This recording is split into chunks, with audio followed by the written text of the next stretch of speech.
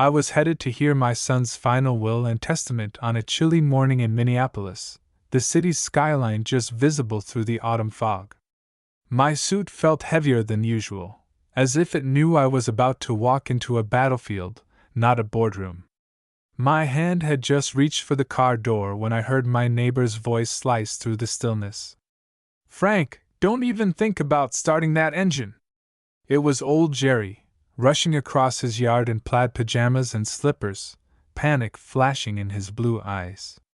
Jerry had been a detective with the Minneapolis PD for 30 years before retiring. I paused, my heart thudding, keys tight in my grip. "What's going on, Jerry?" I asked, trying to keep my voice steady. He caught his breath. "Last night, about midnight, I saw Madison, your daughter-in-law, messing around under your car hood. She was out there with tools for almost 20 minutes. When she realized I was watching from my porch, she slammed the hood and took off. She was up to something, Frank." The cold inside my garage felt sharper, like a warning. Madison, my late son Tyler's wife, was set to inherit over $35 million today if things went her way. I glanced at my aging Ford, sitting quietly in the driveway. "You're sure it was Madison?" Jerry nodded, grim. "She parked way down the block, not in your driveway. She didn't want to be seen. Frank, don't drive anywhere until a professional checks that car. I've seen too many crime scenes start this way." A chill ran down my spine.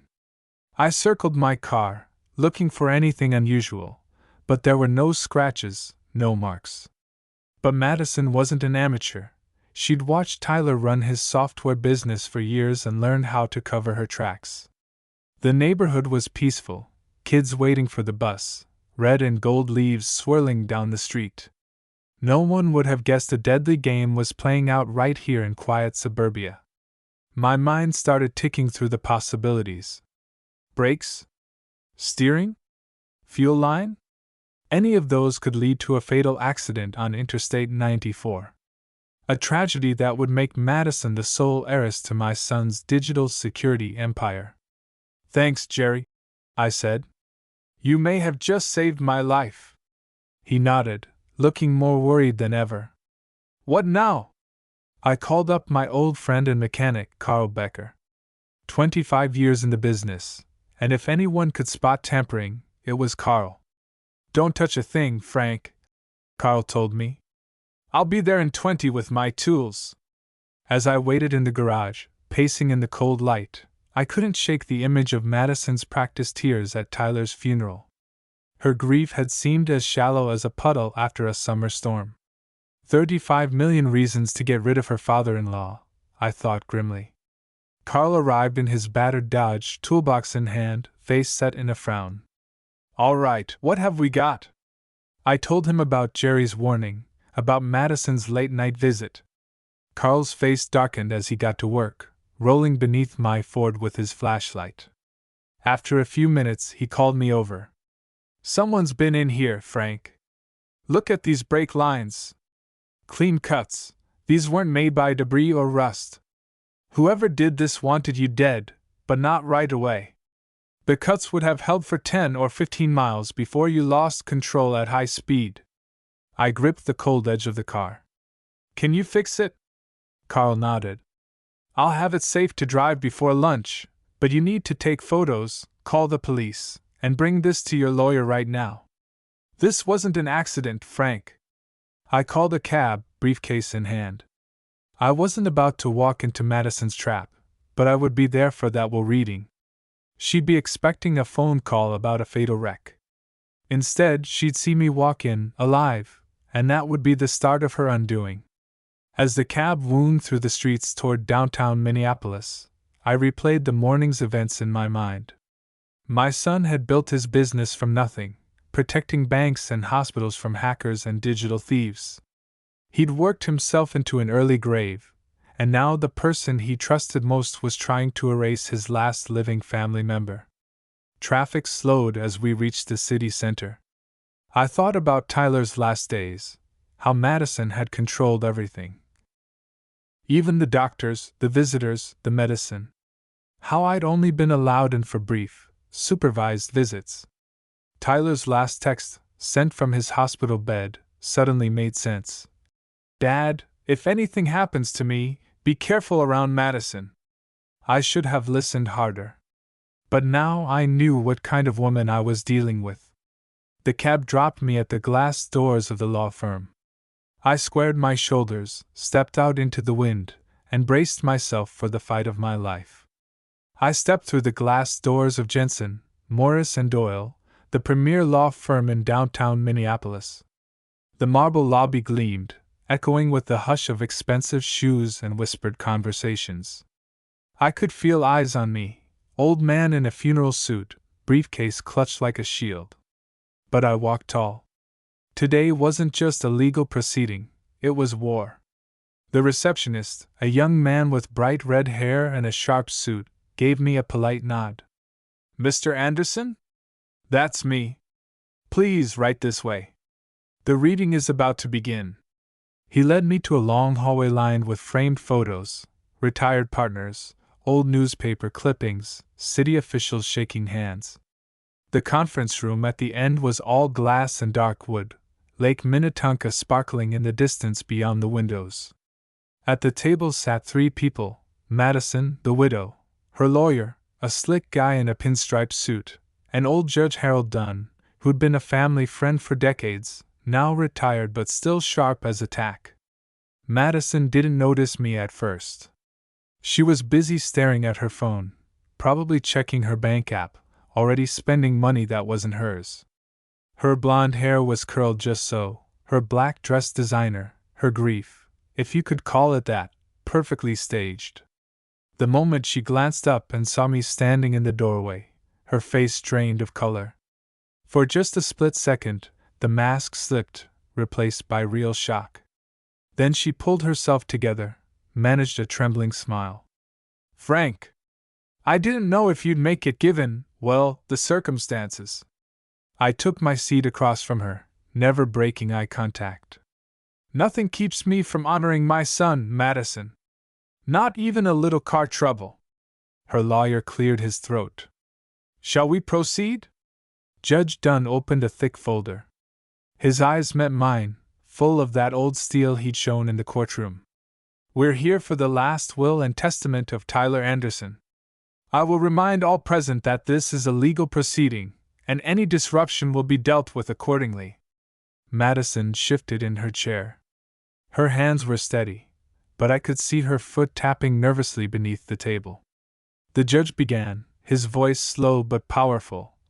"Tyler Anderson, being of sound mind and body, does hereby declare this document his last will and testament." I watched Madison's face as the will was read. She barely blinked, her lips pursed in concentration. For years, she'd been playing the long game, lavishing attention on Tyler, running the household, managing his schedule, even handling his medications during his illness. Her performance at the funeral had been Academy Award worthy. But all the fake tears in the world couldn't hide the calculation in her eyes. The will's preamble was typical: debts to be paid, personal effects distributed, charity donations set aside. But when Judge Dunn turned to the main section, Madison leaned forward, ready for her payday. "I leave the entirety of my estate, including all assets, properties, investments, and controlling shares in Anderson Cyber Defense, to my father, Frank Anderson, in recognition of his unwavering support, guidance, and love." The room fell silent. For a moment, I thought Madison might faint. Her mouth hung open. Her eyes darted wildly from me to her lawyer. The color drained from her cheeks. That can't be," she stammered. "There must be some mistake." Her lawyer, caught off guard, quickly flipped through his own documents, searching for some loophole. "Is this even legal?" he demanded, voice rising. Judge Dunn remained unfazed. "The will is properly notarized, witnessed, and filed according to Minnesota state law. If there are any objections, they can be brought before the court. But the decedent's wishes are clear." Madison's composure cracked. She half rose from her seat, voice shrill. "I was his wife.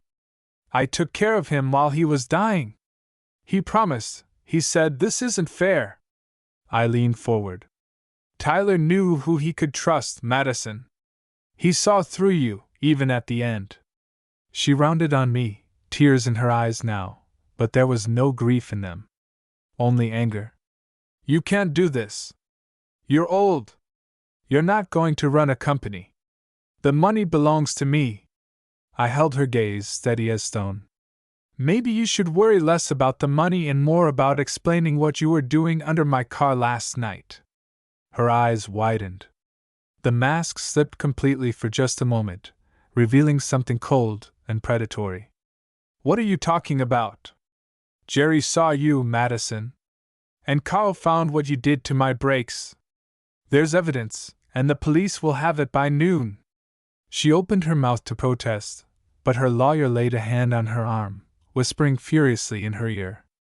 I could tell he didn't want to get mixed up in an attempted murder case. Judge Dunn pushed his glasses up his nose. "If there are criminal accusations, they'll be handled by the authorities. But for now, the will stands." I looked out the window, the weight of Tyler's loss suddenly crushing. I had won this round, but the war wasn't over. Madison was dangerous, and I knew in my bones she wouldn't give up easily. But I had Tyler's legacy to protect, and my own life, too. As the meeting ended, Madison stood and leaned in close, her voice a venomous whisper. "This isn't over, Frank. You're going to regret this. I promise you." I stood my ground, unflinching. "You already made your mistake, Madison. And soon, everyone will know who you really are." With that, I watched her walk away, her future slipping through her fingers, her mask finally shattered. But I knew better than to turn my back on a cornered enemy. The fight for justice was only beginning. The elevator doors slid open with a faint chime, and I stepped back out into the marble hallway, the legal envelope clutched tight in my wrinkled hand. Madison was nowhere to be seen. I could picture her, maybe out on the street, fuming, on the phone with another attorney, already plotting her next move. She wasn't the kind to fold after one defeat. The cab was waiting for me out front. The driver, a kid named Marcus, who looked about 18, gave me a sympathetic nod. "Rough day, sir?" "You could say that," I said, sliding into the back seat. We pulled away from the curb, the city rolling by in a blur of glass, steel, and early afternoon sun. The legal envelope felt heavier than it should have. Inside were copies of everything: Tyler's will, the judge's signed statement, contact info for the detective on the case. I had proof that I'd survived Madison's scheme, but I couldn't shake the feeling that this was just the start of her war. Back at my little house on Holly Lane, Jerry was waiting on the porch, arms folded over his chest. "You made it," he called as I climbed out of the cab. "I was half expecting to see a squad car instead." "Not yet," I said, giving him a tired smile. "But you were right about Madison. She went pale as a ghost when I walked in." Jerry shook his head. "That woman's trouble. You need to be careful, Frank. People like her, when they get desperate, they get dangerous." We went inside, and I made coffee, my hands steady only because of old habit. I explained what had happened at the will reading, every twist and turn. Jerry listened in silence, only breaking in to ask, "So what's your next move?" I sighed, rubbing my temples. "First, I'm going to the police with Carl's report, and the photos of my brake lines. Madison needs to know she can't just scare me off. And I'll have to meet with Tyler's company board next week. They need to hear the news straight from me, not a lawyer." Jerry nodded, approving. "Don't let her get ahead of you. Document everything. Keep your phone on you at all times. And Frank, lock your doors. I know you think I'm paranoid, but you're not just some old man on a quiet street anymore. You're the only thing standing between her and $35 million. He left, and I sat for a while in my son's old room, looking at the faded football pennant on the wall, the desk covered in dusty computer parts. It struck me that Tyler was gone forever, and the only people left fighting for his memory were me and Madison, for all the wrong reasons. By evening, I'd put together everything for the police: Carl's written analysis, Jerry's statement, photos of the cut lines and loosened bolts. I called Detective Rachel Goodwin at the station, an old friend of Tyler's from high school, now a homicide investigator. Her voice was all business when she picked up, but it softened when she heard my name. "Frank, I'm so sorry about Tyler. What's going on?" I told her the whole story, step by step. By the time I was done, Rachel was already taking notes. "You did the right thing bringing this to me directly. I want you to email me those photos, and I'll have a forensics team check your car. If this is what it looks like, Madison's in a world of trouble." She paused, then asked, "Do you feel safe at home?"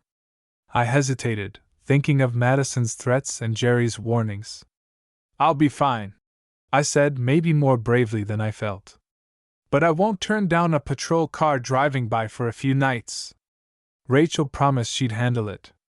I hung up, a little comforted. If Madison wanted to play games, she was going to have to do it out in the open now. That night, I lay awake, staring at the shadows on my ceiling. Tyler's last words echoed in my memory. "Dad, if anything happens to me, be careful with Madison." I wished I could have done more, seen through her sooner, stopped her before it got this far. Guilt gnawed at me, but anger burned hotter. If she thought she could scare an old man into silence, she was about to find out how wrong she was. The next morning, a black SUV cruised slowly past my house. I watched from the kitchen window as it parked a few doors down. Madison stepped out, hair perfect, sunglasses on, all cold calculation. She didn't look at my house, but she didn't need to. The message was clear: I'm watching. A few hours later, I got a call from Tyler's lawyer, Olivia Brooks. She wanted to set up a meeting with the company board. "Frank, I think it's important they hear directly from you. There may be resistance. Some of them were close to Madison." "I'm ready," I told her. "Just say when." I spent the afternoon preparing. I read every line of Tyler's will, checked my documents, and tried to imagine what Madison would do next. Lawsuits? Slander? Worse? I'd have to be ready for anything. That night, before bed, I double-checked every lock and left the hall light on. I could feel Madison's presence like a storm cloud just beyond the horizon. But I'd been through storms before. I wasn't about to let her win, not while Tyler's legacy depended on me. Sleep came late that night, broken by the sound of tires crunching on gravel outside my window. I lay in bed, holding my breath, until a police cruiser rolled slowly down the block. Detective Rachel Goodwin was true to her word. Still, I kept a heavy flashlight by the door and my phone charged on the nightstand. Madison's threat echoed in my mind: "You'll regret this." The next morning, Rachel called. "Frank, I had forensics go over your car. Carl was right. Those brake lines were deliberately cut. Steering assembly was tampered with, too. I've got a detective on her. Don't talk to Madison, don't confront her, and don't be alone with her. I'm working on a search warrant, but these things take time."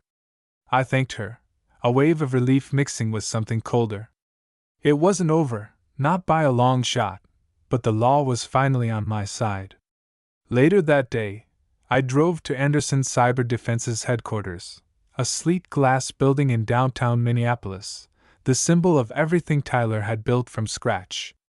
I hadn't set foot in the place since his memorial, and walking through those revolving doors brought a surge of emotion I hadn't expected. Every receptionist and security guard seemed to stop what they were doing as I passed, maybe out of respect, maybe out of curiosity about the old man now holding the keys to the kingdom. Olivia Brooks met me in the executive lounge, a conference room with panoramic views of the city. "Frank, you ready?" I nodded, clutching my notes. "Let's get this over with." Inside, the board members waited, 5 men and 2 women, all sharp suits and steely eyes. Some I recognized from family gatherings, others only from photos Tyler had shown me. There was tension in the air, like everyone was waiting for a shoe to drop. Olivia introduced me, then got right to the point. As you know, Tyler's will named Frank Anderson as sole heir to his estate and controlling owner of Anderson Cyber Defense. All board votes and corporate decisions will now go through him. There were a few raised eyebrows and murmurs. One of the board members, a gray-haired man named Richard Evans, cleared his throat. With all due respect, Mr. Anderson, we were expecting Mrs. Anderson, Madison, to take Tyler's place. She's been involved with the company for years. I fixed him with the same look I'd used on stubborn recruits back in my army days. Madison was involved in Tyler's life, but this company was his dream. He wanted it in the family, his family. I intend to honor that. Another board member, Lisa Tran, leaned forward. Are you planning to run day-to-day operations, Frank? I shook my head. No. I know my limits. My role is to protect Tyler's vision, not micromanage smart people. But I won't let anyone, use this company for their own gain. Tyler built this from nothing. I won't let it be destroyed by greed or shortcuts. The room was silent for a beat, then Lisa nodded, a small smile flickering at the corner of her mouth. Olivia wrapped things up, reminding everyone that legal challenges from Madison might be coming. We expect Mrs. Anderson to contest the will, she said. But the evidence in Frank's favor is solid. After the meeting, Lisa caught up with me outside the elevator. Frank, I always respected your son. If you need an ally on the board, you have one in me. Thank you, Lisa, I said and meant it. I drove home, mind buzzing. Madison had allies in Tyler's world, people who liked her, people she charmed. But they hadn't seen what I'd seen.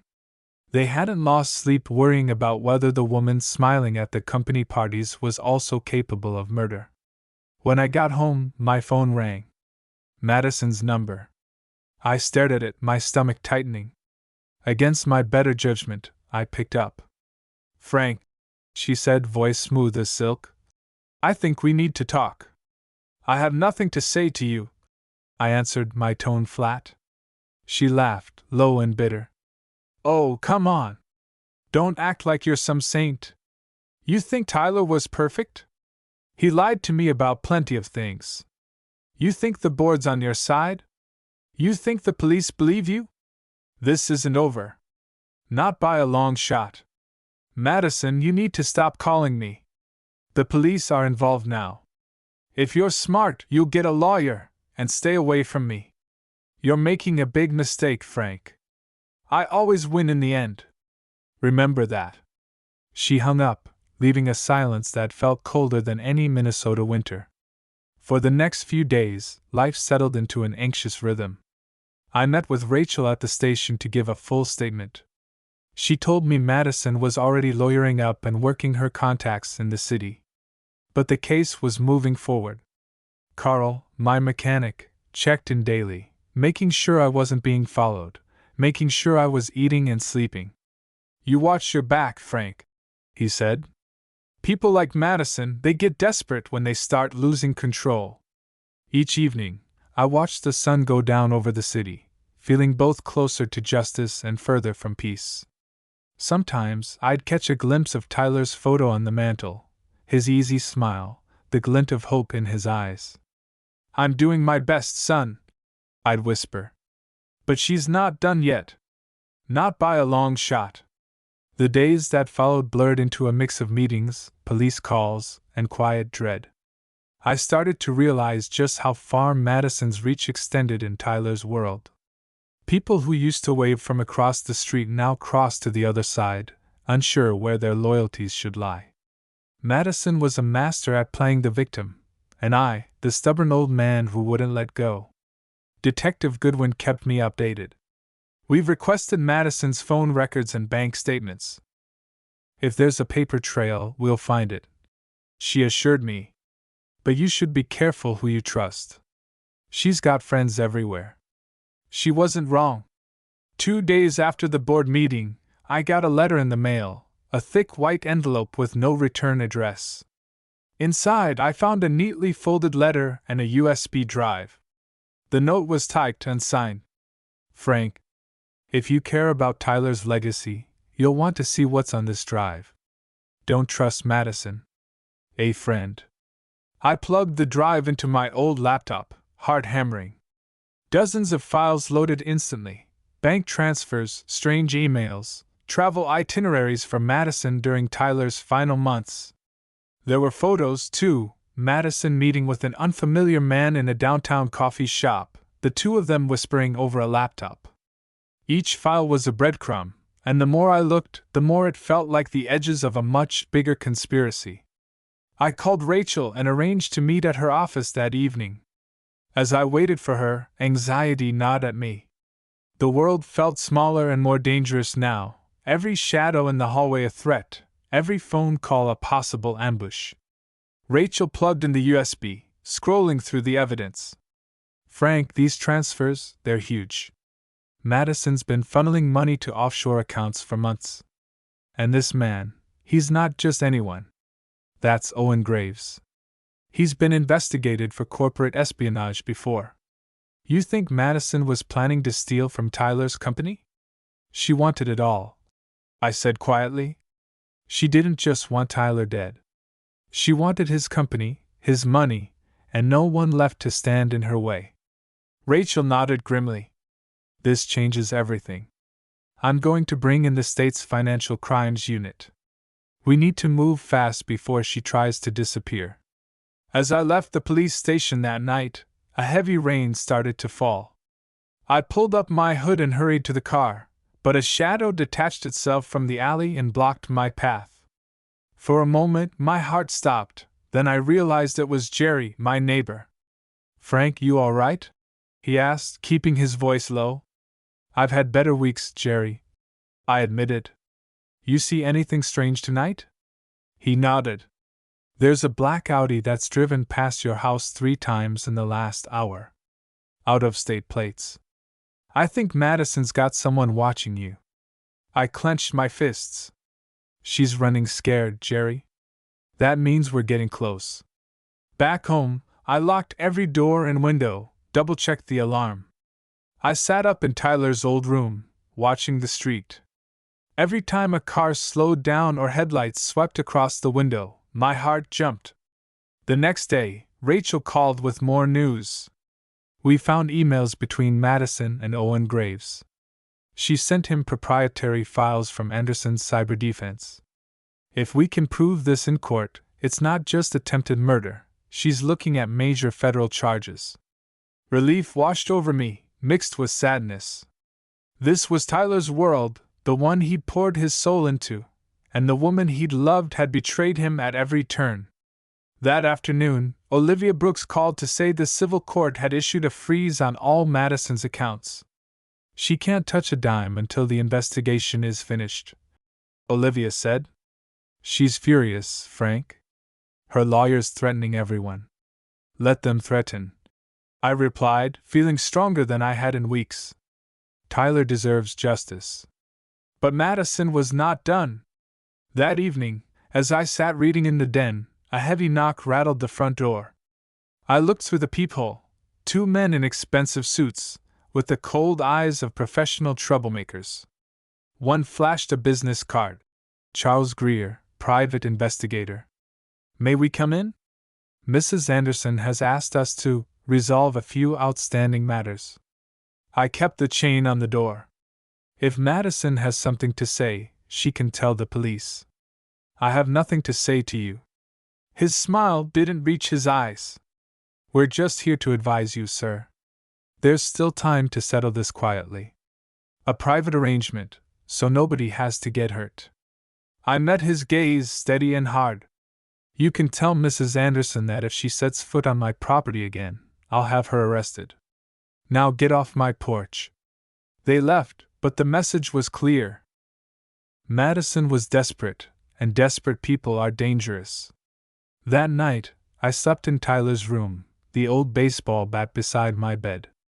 For the first time, I was no longer just defending myself, I was fighting for my son, for his company, and for the truth.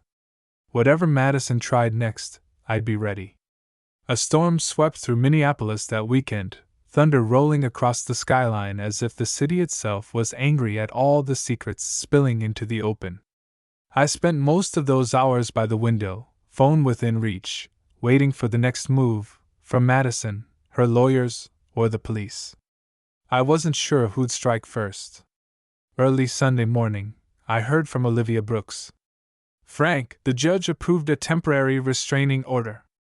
Madison can't come within 200 feet of you or the Anderson Cyber Defense Building. She's been served." She's furious and scared. That's a dangerous combination. I thanked her, barely able to believe it was real. For weeks, I'd lived in Madison's shadow. Now the tables were turning.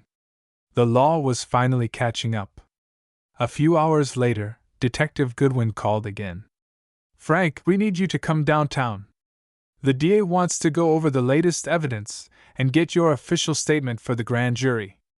We're ready to move on Madison and her partner." I put on my best suit and braved the rain.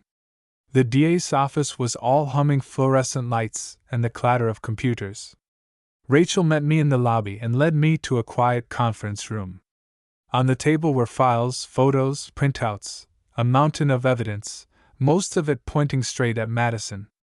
"Here's what we've got," Rachel explained, sliding photos across the table. "Bank statements, emails to Graves, video of Madison meeting him at the IDS Center, and lab results confirming the residue found on your brake lines matches chemicals in her garage." The DA, a sharp-eyed woman named Michelle Carter, laid it all out in plain English. "Mr. Anderson, this is a rock-solid case for attempted murder, corporate theft, and conspiracy. We're charging Madison and Owen Graves together. They'll both face federal and state charges." For a moment, I couldn't breathe. Weeks of fear and doubt turned to hope.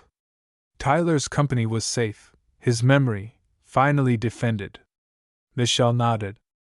"There's one more thing. In Tyler's medical records, our toxicologists found a consistent pattern, traces of rare sedatives and immunosuppressants, prescribed by a Dr. Madison insisted on. We can't prove murder yet, but it's suspicious enough that we're reopening the investigation into your son's death." Rachel squeezed my shoulder. "We believe you, Frank. And now we have the evidence to back it up." I gave my statement, signed a stack of documents, and left the building feeling lighter than I had since Tyler passed away. Still, I knew Madison wouldn't go quietly.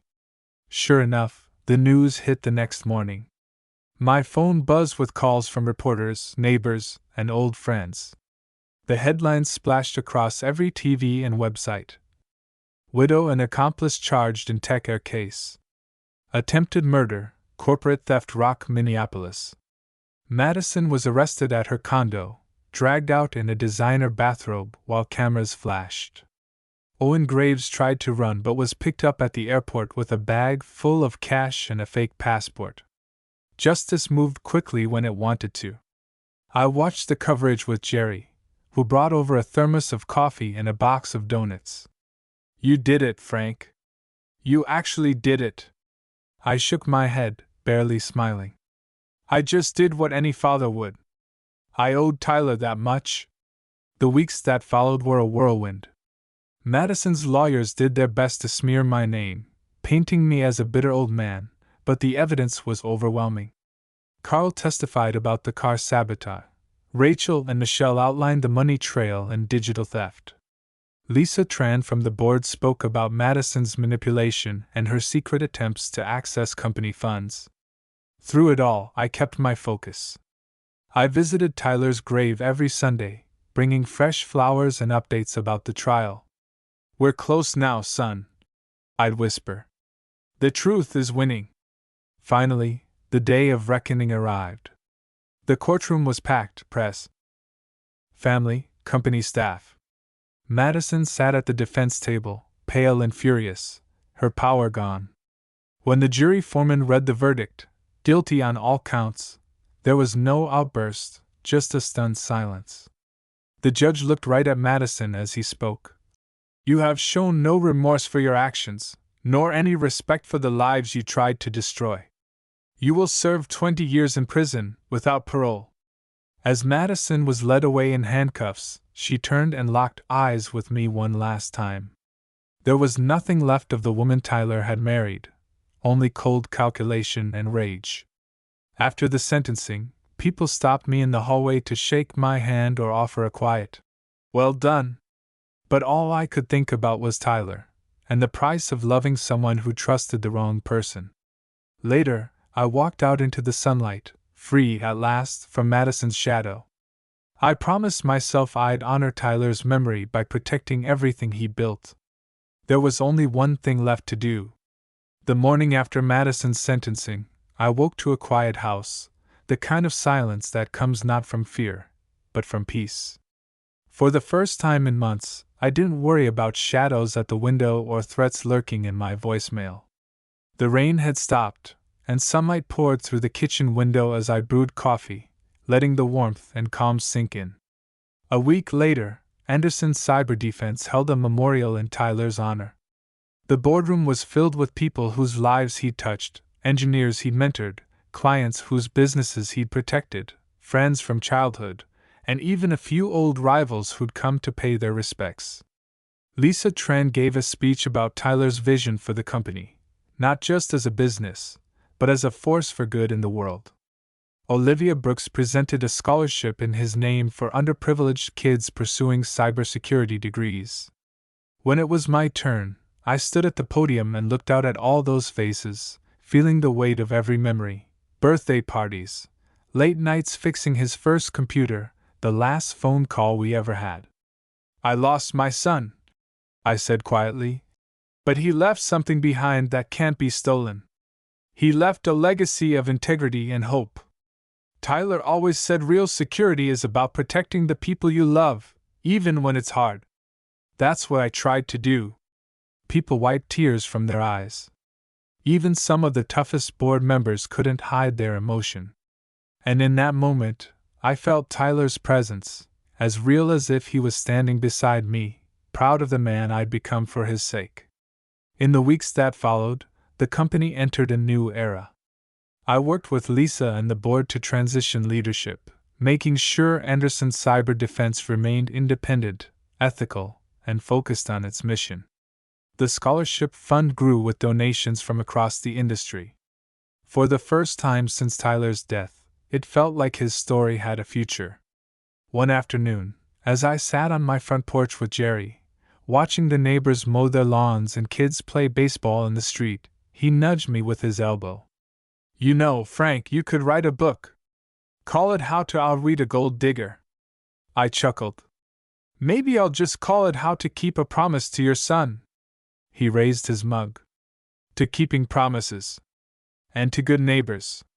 We clinked coffee cups and sat in comfortable silence, no longer watching for threats, just enjoying the life that had been fought for and won. Madison's name faded from the news. In prison, she had all the time in the world to think about what she'd lost: her freedom, her money, and any legacy she might have claimed from Tyler. I felt no satisfaction in her suffering, only a deep relief that her darkness could no longer touch us. The seasons changed, and so did I.